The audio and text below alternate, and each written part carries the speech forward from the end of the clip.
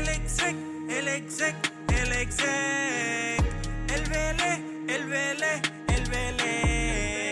el fenómeno que todos quieren ser, el chamaquito que no pueden entender. How we doing, guys? Welcome to episode 175 of the Exec Talk Podcast. I'm your host, Avalez Wasan.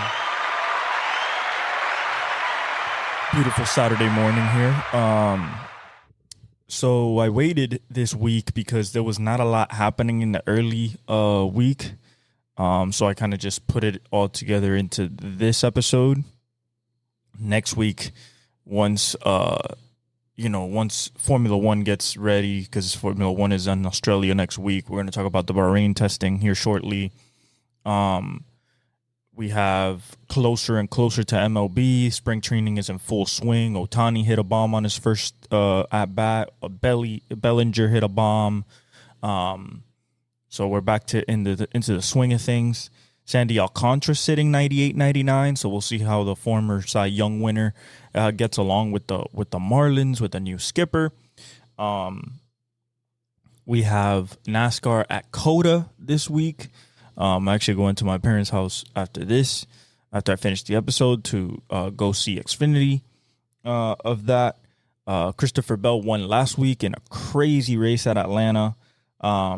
He wasn't at the front at all race, and he came from the back after a huge crash at the front, sneaked through and got the checker flag on a green-white checkered after a pass. Kyle Larson was dominating most of the day.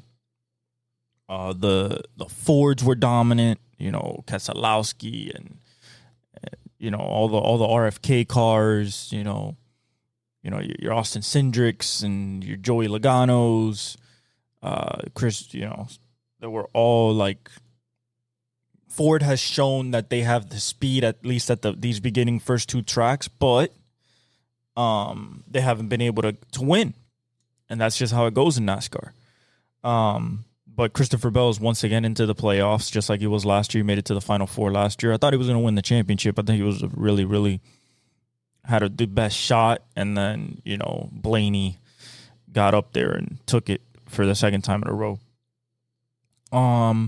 So that's on NASCAR side. COTA's going to be fun. I think that the guy to watch out for, of course, is AJ Allmendinger, Van Gisbergen, Kyle Larson. You got your Ty Gibbs. You have your Tyler Reddicks. Christopher Bell's pretty good in road races. Of course, you got Denny Hamlin. You still got Kyle Busch.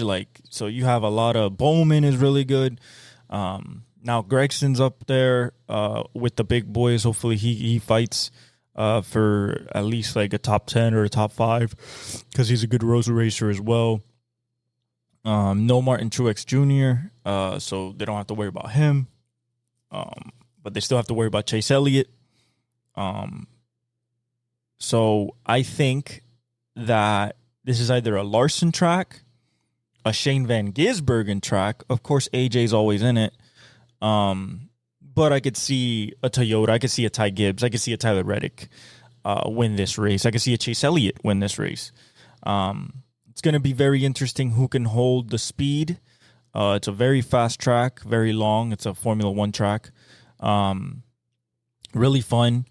But I think I got my money on Kyle Larson today. And if not him, I think that Shane Van Gisbergen will show out at the first road course of the season in his brand new full-time NASCAR ride. Okay, so that's for NASCAR. In the Combine, I'm really annoyed that basically every single star player at their position is not doing the Combine. Cam Ward ain't throwing. Shador's not throwing. Travis Hunter already did not work out. Colston Loveland, tight end from Michigan, didn't work out. Tyler Warren, tight end from Penn State, didn't work out. You're looking at, you got Abdul Carter, didn't work out. Mason Graham didn't work out. He just benched. We're talking about the highest of the high. Will Johnson didn't work out, the cornerback from Michigan. I don't know if Ashton Genty will work out. One can hope. The combine actually starts at 1 today. It started at 3 the last couple of days, but today I think it starts at 1. Let me just check real quick. Yeah, it starts at 1 today. We have QBs, wide receivers, and running backs. So we have the ones that we want to see today. One thing about the 40s that I saw, tight ends are slow this year, like really slow. Fastest tight end was a 4.64. That's pretty, when the average tight end speed in the NFL last year for guys that was in the top 5 in receiving, in receptions was a 4.61. So very slow tight end group. That's not including close to Loveland and Tyler Warren, of course, but that's what we got. Another thing I noticed, very fast cornerback group, very good cornerback group. Maxwell Hairston hit a 4.28. Makuba looked great. Will Johnson obviously didn't work out. But the cornerbacks look very, very solid. It looks like a very good cornerback group this time. I'm not saying there's nobody in there like Quignon or like Cooper DeJean, but there's definitely some good talent in there with Barron, Will Johnson. Of course, you got Travis Hunter. So a very, very good cornerback group, very good safety group. Wari from South Carolina just stole the show. Jumped 43 inches, ran a 4.4. It might have been a 4.3, 4.38, I think. At massive size, extreme ability, looked smooth in the route, in the drills, just athletic freak. Maxwell Hairston did really well. Barron did really well. Makuba looked good.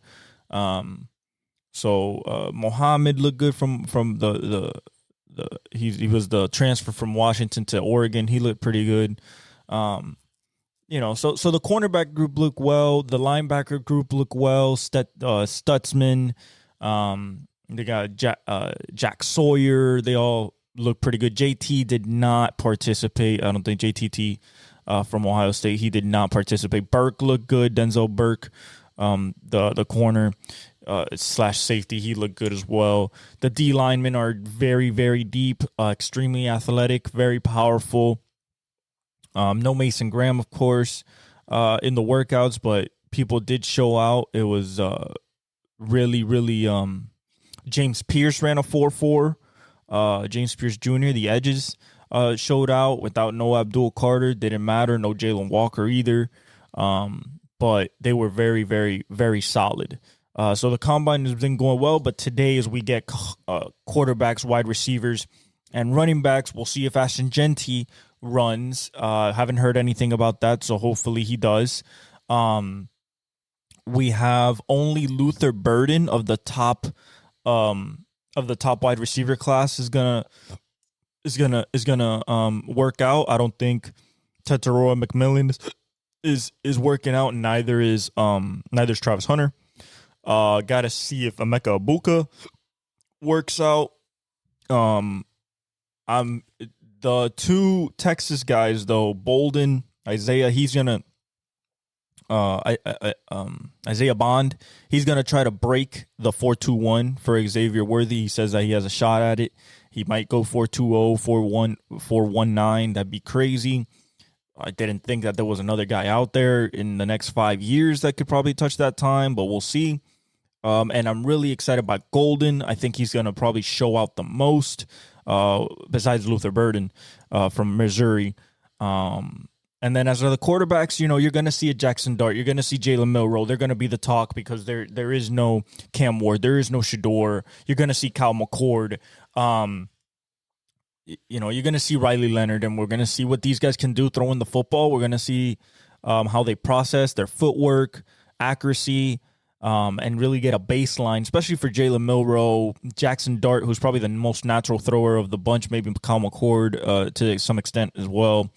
And then I think Will Howard will also be there. We'll see, and Dylan Gabriel as well. So it's going to be very interesting to see how those quarterbacks do. The running backs, Omarion Hampton, hopefully he runs. Ashton Genty, hopefully he runs. I think he's a good shot to go 4.3 speed, maybe even low 4.4s or high 4.3s. Omarion Hampton has some speed. Very, very deep. Very, very deep. Dylan Sampson's probably not going to run as fast, but have a good. Travion Henderson could probably scare the 4.3s. Quinshawn probably be somewhere in the 4.4, 4.5 range.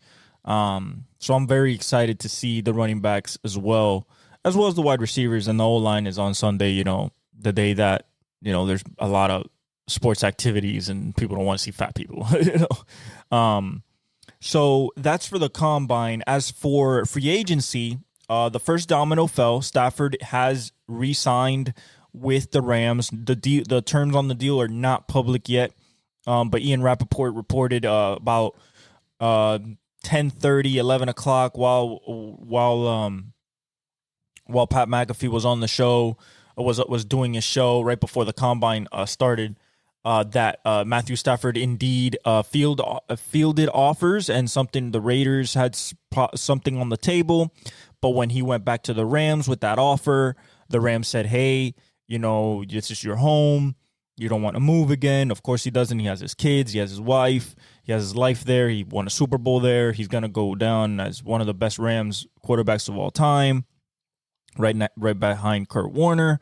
So, and he's going to go into Canton. So they just probably gave him a deal that was semi-close to it, more than the $26 million that he was due this year, probably somewhere in the 40s, maybe somewhere about 42, 43. I think that Stafford would have been like, okay, I'll stay for that and finish my career out here. He's still elite. He still throws like a top 5 quarterback in the NFL. Just got to shore up that offensive line a little bit more. It's young. I think it'll get better. That defense is insane. They're going to add to it in the draft. Need another definite number one receiver. You got Puka, but if you put another number one over there, that would be ideal.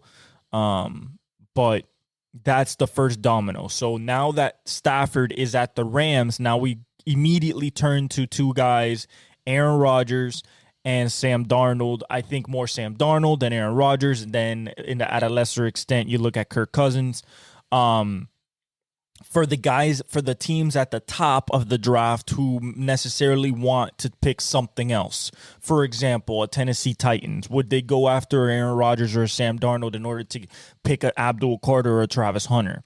A Cleveland Browns saying that they want Cam Ward, but they go out and get a Sam Darnold, and then they could take their pick between Travis Hunter and a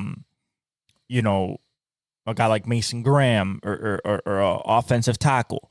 On the same coin, you have guys like the Raiders who are maybe in talks with Aaron Rodgers. Don't know nothing yet. He'll be on the Pat McAfee show next Tuesday after he comes back from out the country from his vacation. And if Tom Brady goes after Aaron Rodgers, then what are you doing with that 7th pick? Are you going defense? Is Mason Graham there? Probably not. Are you taking Will Johnson? Travis ain't going to be there. Or are you still going to take, if you get Aaron Rodgers, would you still take Shedeur Sanders to develop him alongside Aaron Rodgers and then have the future there ready when Aaron decides to leave in a year or two? We still don't know if Aaron's going to play, but this is basically saying, inferring that Aaron will play. The next other stuff that needs to be done, of course, you got Debo. T. Higgins will be franchised, so he's coming back to the Bengals. He's going to be franchise tagged.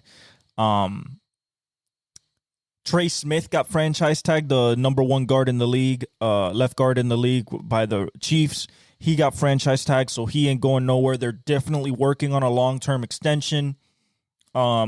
Darnold is the next domino to fall, so we'll monitor that as free agency gets closer in 9 days here. Now you're going to start seeing contracts be done, and people and teams really shoring up their roster, starting to really make their moves to set themselves up for the draft. the F1 Bahrain testing. We learned a lot. We also learned a little. That's kind of how it always is. In the last day, so we'll work backwards. So in the last day, Mercedes finished strong. Surprisingly, Alpine finished good.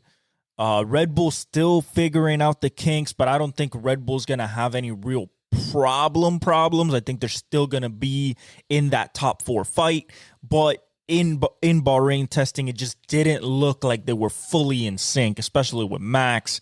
The first 2 days, didn't see him a lot. Liam Lawson looks good. The rookies look good. Nobody had like a crash. Nobody destroyed their car.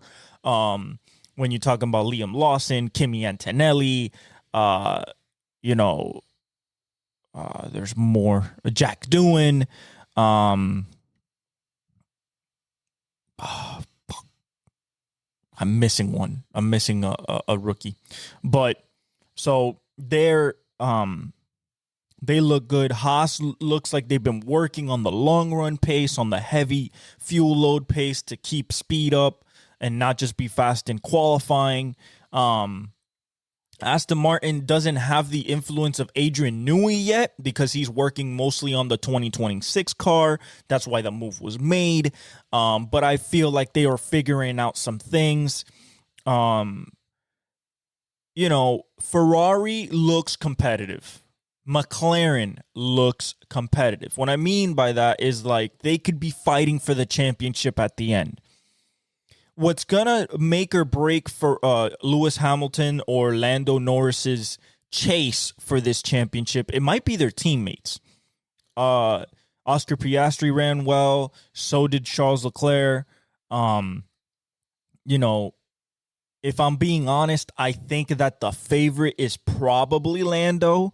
But after Australia, we can really see like how the speed is being divvied up.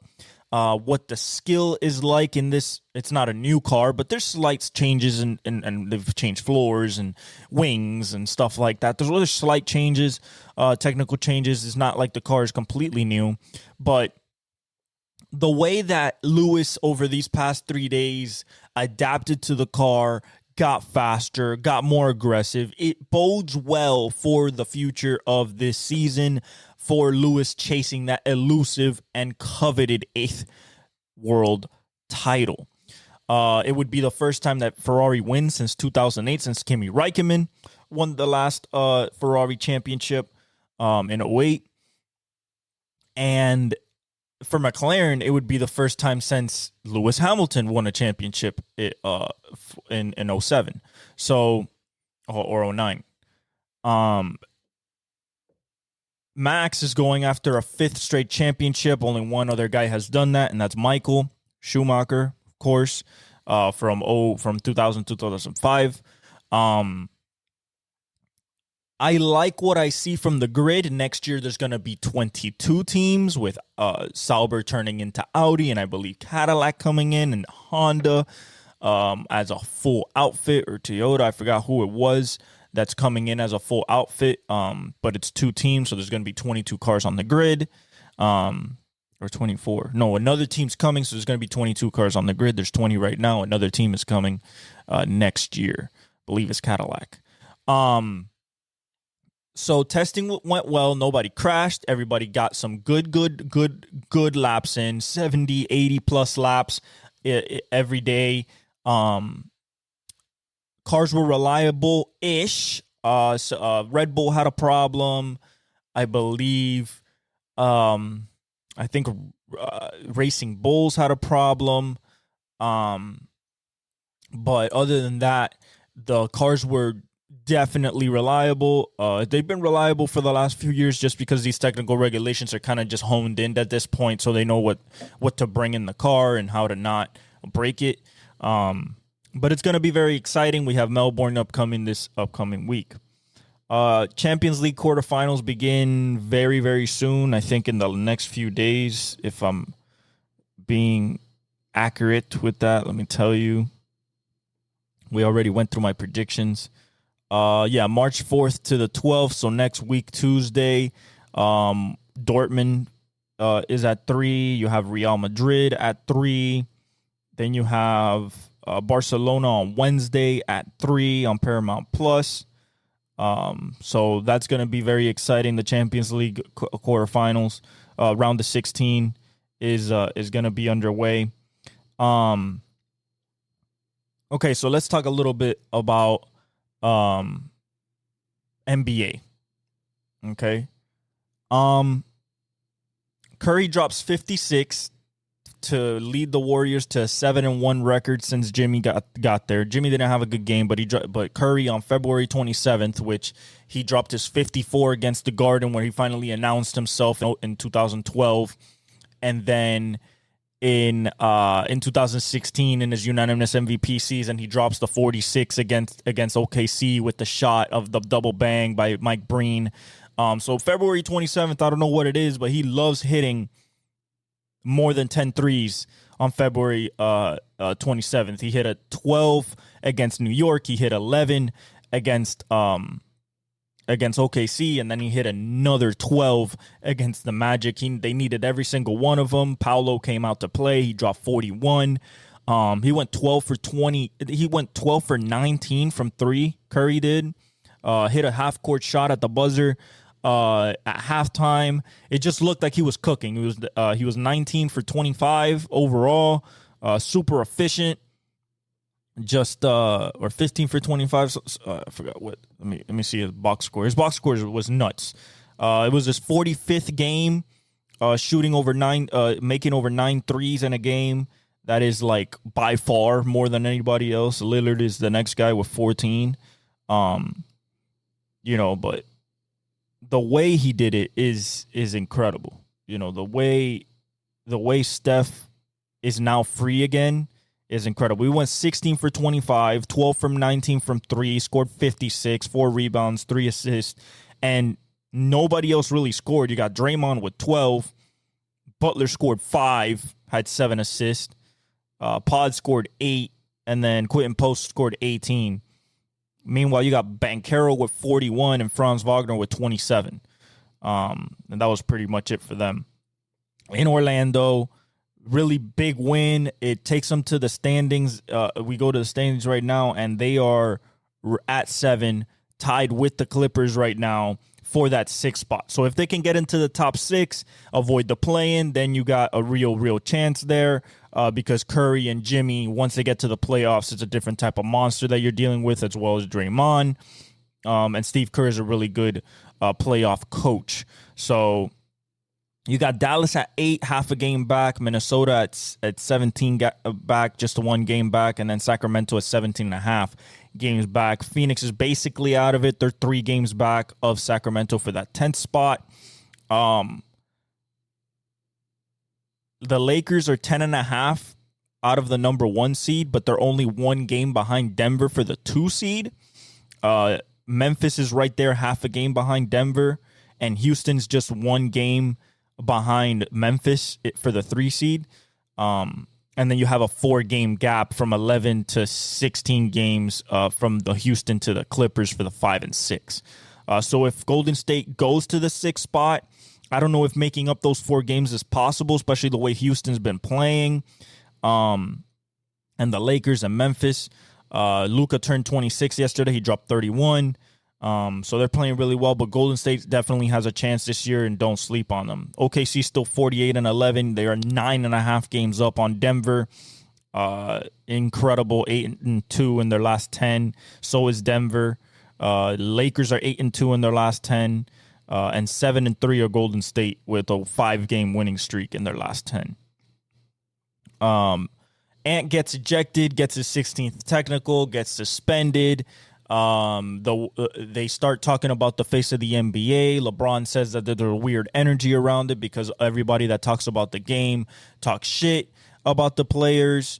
It looks like Ant, even though he does the commercial side and has commercials and is like the pseudo face of the NBA, he doesn't want it. He just wants to hoop, kind of like a Kevin Durant. It is his favorite player of all time, so I'm not really surprised about that. But I feel like the face of the NBA is not picked. The face of the NBA is chosen based on who is having the most success in that era. If you look at when Curry started becoming a face of the NBA, it became after 2015 MVP and that championship. LeBron was the face of the NBA because he was the only chosen face of the NBA. Michael took it. Magic took it. Even though he was a number one pick. Larry Bird took it. Kobe took it. Kevin Durant in some took it. Even though he was also a number one pick. But you have to take that mantle. Also, guys like Jason Tatum, they're just not it. I'd rather have Luka as a face of the NBA than Jason Tatum because Jason is just too maligned. He's like a Tim Duncan. Even Curry has more energy than Jason Tatum when it comes to face of the NBA. He's just a father. He hoops. He scores 27 to 30, averages 8 rebounds, 6 assists, and goes home with a great team that is the favorite to win the championship again. That's the thing about the face of the NBA. This is not, you're the face of the NBA. No, this is taken. Okay, a guy like John Moran, if he wins a championship, he could take that mantle. A guy like Zion, if he figures it out, he could take that mantle. Wemby, of course, could take that mantle. But the thing is, also, the face of the NBA is always American. And with a guy like Luka, Giannis, Jokic, the next guys that come up in the American conversation are your Jason Tatums, are your Anthony Edwards, are your John Morants. Because Curry, LeBron, and KD are already up there. So for the next generation, you gotta hope that a Cooper Flagg this year when he comes out is that guy, or AJ DeBansta, a Ron Harper, So we'll see how that goes. But the NBA is really having a tough time having a next face of the NBA, and guys are kind of feeling kind of weird about it because of the energy around the title. Other than that, we can go through the NBA standings real quick. We have Cleveland 7.5 games up on Boston, but Boston Cleveland came back. So they faced each other. Boston was destroying them, and I guess Cleveland came back. I have to watch that highlight because Cleveland's on a 9-game winning streak, but they were getting smacked yesterday. So I have to watch that highlight. New York is just 2.5 games back of Boston for the 2 spot. Milwaukee is 5.5 games back of New York for the 3 spot. So I think that's where they're staying, even though Indiana's 5th is tied with Milwaukee for that 4 spot. Detroit is just a game back of the 4th and 5th spot. Miami is 20.5 games back, so 3.5 games back or 4 games back of that Detroit, so we might stay there. Orlando is just a game and a half back of us in 8. Atlanta is 22.5 games back, so a game and a half back of Orlando. And Chicago is 3 games back of Atlanta for that 10th spot. Philly's out of it, 28.5 games out of it, lost 9 in a row, 1-9 in their last 10. Embiid is done for the season. He's going to go probably have surgery again. It was a failure. I mean, the 2 biggest failures this year, I'm gonna give you the 2 biggest failures, and I'm going to give you the 2 biggest surprises. The 2 biggest failures are clearly the 76ers and the Suns. When you look at their rosters, the 76ers got Joel Embiid, MVP, Tyrese Maxey, an All-NBA point guard, and then Paul George, a future Hall of Famer, with a good coach, solid pieces around them. Can't even get into the play-in. Can't stay healthy. Paul George had a horrible season, one of the worst of his career. Tyrese Maxey is basically carrying the load by himself. When you go to the Suns, it is disappointing that that KD in his 17th year is averaging 27 a game on super efficiency, and you got Devin Booker and Bradley Beal basically not showing. I haven't heard anything about Devin Booker this year. Haven't heard anything about Bradley Beal this year. They have no big man. They start Bol sometimes. They don't. They can't figure it out. KD's leaving after this year. Where's he going? Maybe Golden State, maybe somewhere else, maybe Miami. We don't know, but he's definitely leaving the Suns. And it's just disappointing that this team could never figure it out after building this big three. They're way over the second apron in the luxury tax. They couldn't add nobody. They couldn't get Jimmy Butler. And those are the two biggest disappointments. The two biggest surprises has to be the Rockets and the Pistons. The Rockets are such a young team, but with Ime Udoka, with the defensive identity they have, and Amen Thompson, having a Jalen Green, having an Alfred Sengun, having a Tyrese, and Cam Whitmore coming off the bench, you have a Van Fleet, you have a Brooks, you have the right amount of mix of young and veterans, with a great coach that is a defensive-minded coach. On the other side, you have the Pistons, which with Asar Thompson, Cade Cunningham, no Jaden Ivey, but you still have Jalen Duren. You Malik Beasley shooting the shit out of the ball. Beef Stew is incredible that Cade is finally able to show, after Monty Williams left and now with JB Bickerstaff, that he can now show why he was a number one pick coming out of Oklahoma State. The guy can do absolutely everything. He's named Motorcade for a reason. He can score. He can pass. He can rebound. He's a big body. He's 6'6", 6'7" as a point guard. You're not going to move him off a spot. Smooth jumper. Can play some defense, and that team and the Rockets are great defensively, great rebounding. And it's really surprising to see them, when you look at the standings, I mean, the Detroit Pistons are 6th, and it looks like they're going to stay there or even go up. And then the Rockets are 5th, and they could go up all the way to 2 if they want to, So really, really, really, really encouraging to see these teams get back to the forefront. The Detroit Pistons are a historic franchise. So are the Rockets. You're talking about championships in the 80s, championship in the 90s. Championship in the 2000s for the Pistons.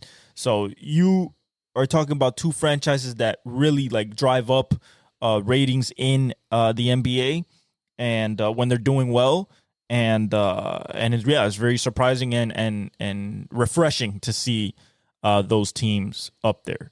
The last thing I'm gonna say is that Shohei still is a monster. I think Bellinger is going to be a great addition to the Yankees.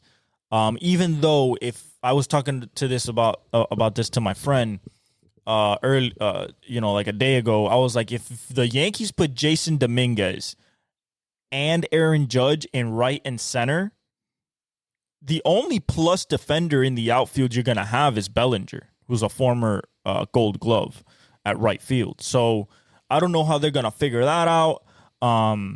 Not having a Juan Soto really hurts you at that point, even though he did play right field. So it's basically Soto for Bellinger.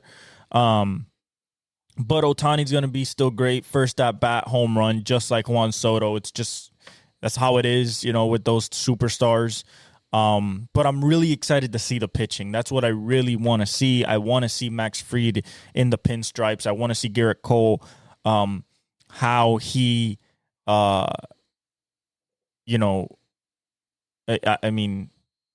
Garrett Crochet, I want to see how he does in the Red Sox. I want to see Yoshinobu Yamamoto, Roki Sasaki. I want to see Shohei, obviously. I want to see Paul Skeens, Corbin Burns with the Arizona Diamondbacks. I think he's going to add such a weapon to that rotation as a number one, and then follow with Zach Allen, Merrill Kelly, and then Brandon Pfaadt. I think that's a great, and then Jordan Montgomery if he figures it out. I think that is a great 1, 2, 3, 4 there. So I'm very excited. I think Ellie has a good shot for the MVP this year, even though he is facing Juan Soto and Ellie De La Cruz, along with Ketel Marte and Francisco Lindor. I think that Ellie really wants and is primed in his third year to go after that. I think Bobby Witt's just going to have a great season. Gunnar Henderson got hurt, unfortunately, so we'll see what Jackson Holiday does this year. And then Vladdy didn't get re-signed, so he's gonna go after probably the biggest year he can have in order to get the biggest number next year from the highest bidders, from the Red Sox, from the Yankees. Dodgers might be in it, who knows. And then lastly, this NFL draft coming up, it is not filled with blue chip players. This is a good starter draft, not a star draft. The only actual stars at the top of this draft, like you can put them day one and they're gonna be stars, is probably Travis Hunter, and it's probably Travis Hunter and Abdul Carter. Other than that, everybody else is an if. If this happens, if they land in this way. I think Tyler Warren is close to a blue chip player. I think Mason Graham is close to a blue chip player. Some of the offensive tackles, I believe they're close to a blue chip player, but some players can turn themselves into blue chip players. A Jalen Walker, a Tetaroy McMillan. You can turn yourself into a blue chip player, but I don't think they are blue chip players right now. I think that's only Abdul Carter and Travis Hunter. Other than that, we will see how the quarterbacks, running backs, and receivers get along today. We'll see how COTA works out in NASCAR. Work our way up till Melbourne next week for Formula One. And see how the Champions League goes, and the NBA heading into the last 20 games or so, how it's going to shake out. A lot of stuff to happen in the West. A lot of stuff can happen in the East, but in a less extent. And yeah, guys, I love you guys. Thank you for all your patience. Thank you for all your support.